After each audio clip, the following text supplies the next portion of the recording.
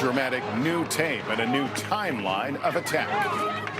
Run! Keep your head down! Did the killer plan to target other cities before taking aim at Las Vegas? And tonight is the NRA opening the door to a ban on bump stocks. NBC News exclusive. Sources say President Trump was furious at his Secretary of State after our report about Rex Tillerson referring to the president as a moron. A showdown inside the White House. Americans ambushed, overwhelmed by Islamic militants, 3 Green Berets killed. What happened? Resigning in scandal. Late word from an anti-abortion congressman who allegedly pressured his mistress to get an abortion. And eyes off the road. A startling new warning about all that technology behind the wheel. Nightly News begins right now. From NBC News World Headquarters in New York, this is NBC Nightly News with Lester Holt. Good evening, and thank you for being with us tonight. The horror and intensity of last Sunday night's attack in Las Vegas, seen in snippets of video up to this point, is coming into sharper focus tonight as yet another new video emerges, this time capturing the entire attack start to finish. It's 10 minutes long, but watching it, you can understand why those in the line of fire felt like it went on forever. Go! Go! Everybody go! We'll take you through more of that video in a moment and what it tells investigators. But first, new information about the shooter, Stephen Paddock, and why police suspect he had also considered attacks on crowds at big events in Chicago and Boston. Our Justice correspondent Pete Williams joins us now with late details. Pete? Lester, good evening. Investigators say this new information comes from what authorities hope will be one of the most productive searches now underway of his electronic trail from the half-dozen phones and computers he left behind. Officials say Stephen Paddock did internet research earlier this year on Lollapalooza, the summer music festival in Chicago's Grant Park. They say he even reserved rooms in a hotel that overlooks the park for a few days during the event, though he never actually showed up. He also researched events at Boston's Fenway Park and nearby hotels, officials say, according to FBI searches of electronic devices found in his homes and his internet browsing history.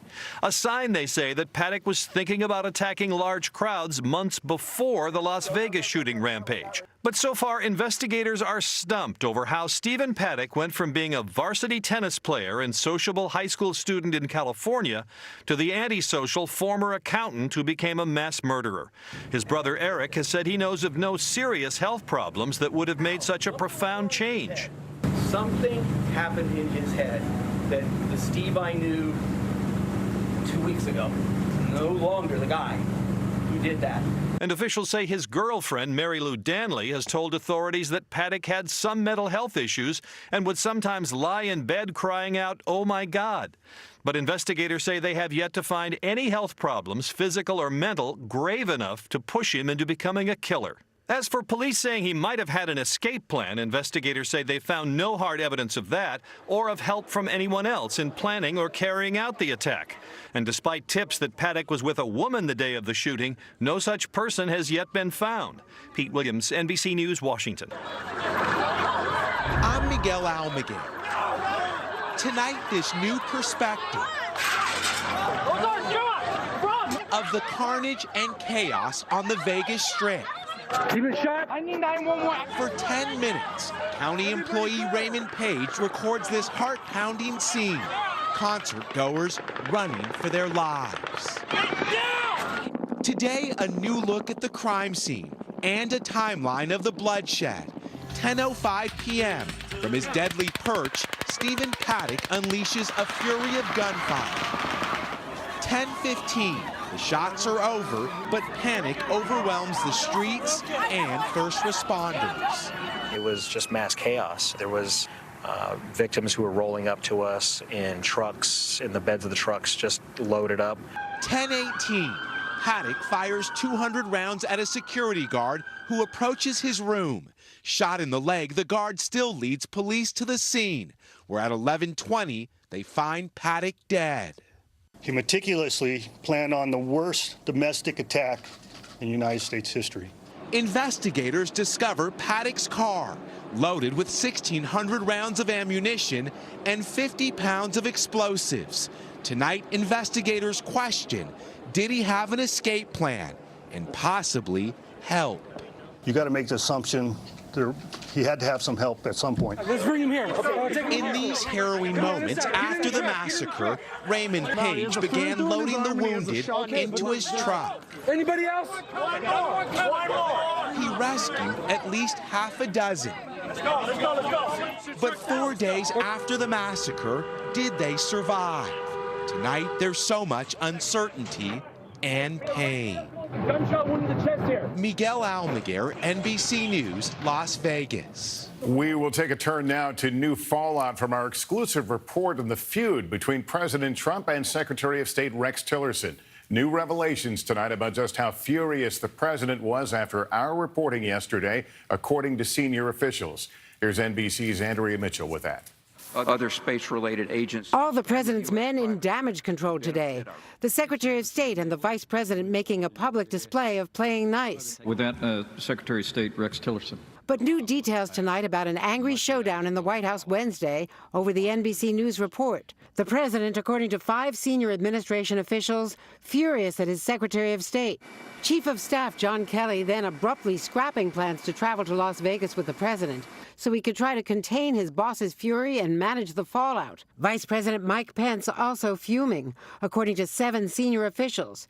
He and Tillerson talked, leading to Tillerson's extraordinary news conference. The Vice President has never had to persuade me to remain as Secretary of State because I have never considered leaving this post. Kelly then summoning Tillerson and their ally, Defense Secretary James Mattis, to the White House, according to 3 officials, where they huddled to discuss how to go forward. Today, the White House press secretary rejecting the idea that the president has undercut his top diplomat by repeatedly contradicting him. The premise of that question is absolutely ridiculous. The president can't undercut his own cabinet. The president is the leader of the cabinet. But critics say that leaves the Secretary of State mortally weakened with foreign leaders. Our Secretary of State has to be able to go into the Kremlin and meet one-on-one with Vladimir Putin, or go to Beijing, as Secretary Tillerson did last week, and meet with Xi Jinping.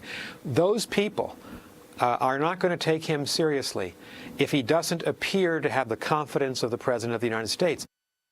Asked to respond tonight, White House officials downplaying Kelly's decision to stay behind, saying he decided not to go to Las Vegas in order to manage day-to-day needs at the White House. Lester. Andrea Mitchell in Washington, thank you.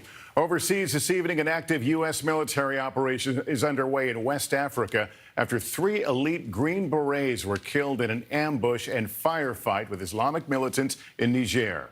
NBC Pentagon correspondent Hans Nichols has the latest. Pentagon officials tell NBC News ISIS may have been behind the deadly ambush of U.S. Special Forces. Tonight, American troops are still on the ground. Last night, we did lose 3 service members, and it was a very dynamic situation, and we still have ongoing operations. It happened in the West African nation, Niger.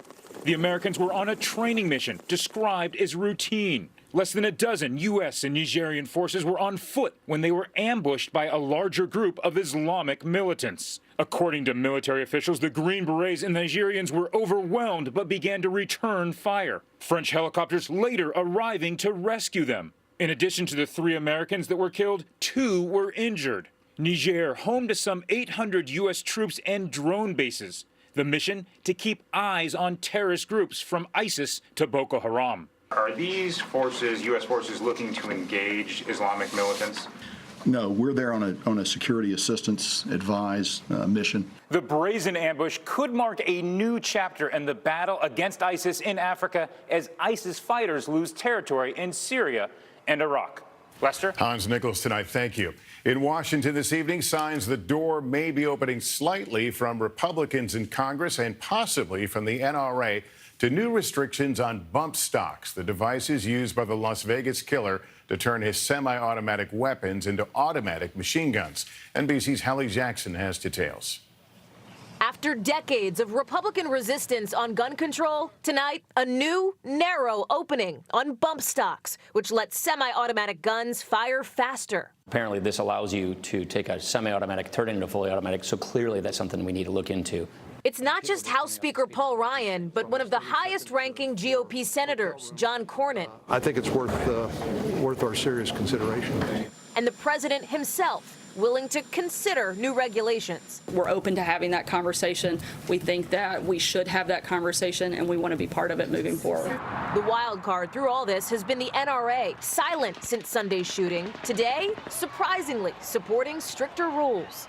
In a statement saying, quote, devices designed to allow semi-automatic rifles to function like fully automatic rifles should be subject to additional regulations, asking the ATF to review bump stocks. But in 2010, that agency determined the devices are allowed based on federal law, meaning it would be up to Congress to change that law from Capitol Hill. That's where Steve Scalise is just back to work after getting shot this summer at a congressional baseball practice. Talking now with NBC's Chuck Todd. I do think it's a little bit early for people to say they know what to do to fix this problem. In the House, a new bipartisan bill would ban bump stocks. If I keep a constant forward pressure on this, it simulates full auto. Until this week, they've been seen mostly as a target practice novelty. Legal now, but maybe not for long. Hallie Jackson, NBC News, the White House. Now to late word that Congressman Tim Murphy, a Republican from Pennsylvania, is resigning after he was caught up in a sex scandal and reportedly urged his mistress to have an abortion when he thought she was pregnant, despite his well-known anti-abortion views. Here's NBC's Casey Hunt. Republican Congressman Tim Murphy resigning in disgrace. In the wake of a bombshell report, he asked a mistress to terminate a suspected pregnancy, even as he pushed anti-abortion legislation in Congress. I say what we ought to do is let these children live so they have a chance for a better future. After the story broke Tuesday, Murphy voted to ban abortions after 20 weeks. The bill is passed. Just hours later, he said he wouldn't run for re-election in 2018. But under pressure from Republican leaders, Murphy resigned today, effective October 21st. I think it's appropriate that he moves on to the next chapter of his life. Murphy had acknowledged his affair with Shannon Edwards, a forensic psychologist, weeks ago. But it's the text messages about her pregnancy scare that exposed him to charges of hypocrisy. You have zero issue posting your pro-life stance all over the place when you had no issue asking me to abort our unborn child, she wrote, according to text messages obtained by the Pittsburgh Post-Gazette. The congressman allegedly wrote back, denying that he wrote the anti-abortion messages. I've never written them. Staff does them. I read them and winced. Making it worse, a 6-page leaked memo from his chief of staff accusing the congressman of creating a hostile work environment, describing his behavior as erratic, unstable, angry, aggressive, and abusive. Murphy's office hasn't confirmed or denied the authenticity of the texts or the memo. Casey Hunt, NBC News, the Capitol. Tonight, the mayor of New Orleans has declared a state of emergency as Tropical Storm Nate barrels toward the Gulf Coast and could hit as a hurricane. Al Roker is here with the new forecast. Al, what's the latest on this one? Well, Lester, this is the latest. Right now, we've got Tropical Storm Nate, 40 miles west-southwest of Puerto Limpera, Honduras, 40-mile-per-hour winds moving north-northwest at 10 miles per hour. Yesterday, we thought at 7 a.m., here's where we would see on Sunday the USA model, the National Hurricane Center model, and the European model. But as we get the latest in, you can see the European model right now on top of New Orleans, the USA model to the west, and the New Orleans model for the National Hurricane Center right there as well. Here's what we look for as far as the latest is the potential impacts: heavy rain, flash flooding, tropical force winds, storm surge, and rough surf, Lester. All right, we know you'll keep an eye on it, Al. Thank you. Still ahead tonight, dashboard dangers, a new warning about the risk of so-called infotainment systems, what they pose when you're behind the wheel. Also out of bounds, the firestorm erupting over what an NFL superstar said to a female reporter. We'll be back. With my moderate to severe Crohn's disease, I was always searching for ways to manage my symptoms. I thought I had it covered. Then I realized managing was all I was doing. When I finally told my doctor, he said Humira was for people like me, who've tried other medications but still experience the symptoms of moderate to severe Crohn's disease. In clinical studies, the majority of patients on Humira saw significant symptom relief, and many achieved remission. Humira can lower your ability to fight infections, including tuberculosis. Serious, sometimes fatal infections and cancers, including lymphoma, have happened, as have blood, liver, and nervous system problems, serious allergic reactions, and new or worsening heart failure. Before treatment, get tested for TB. Tell your doctor if you've been to areas where certain fungal infections are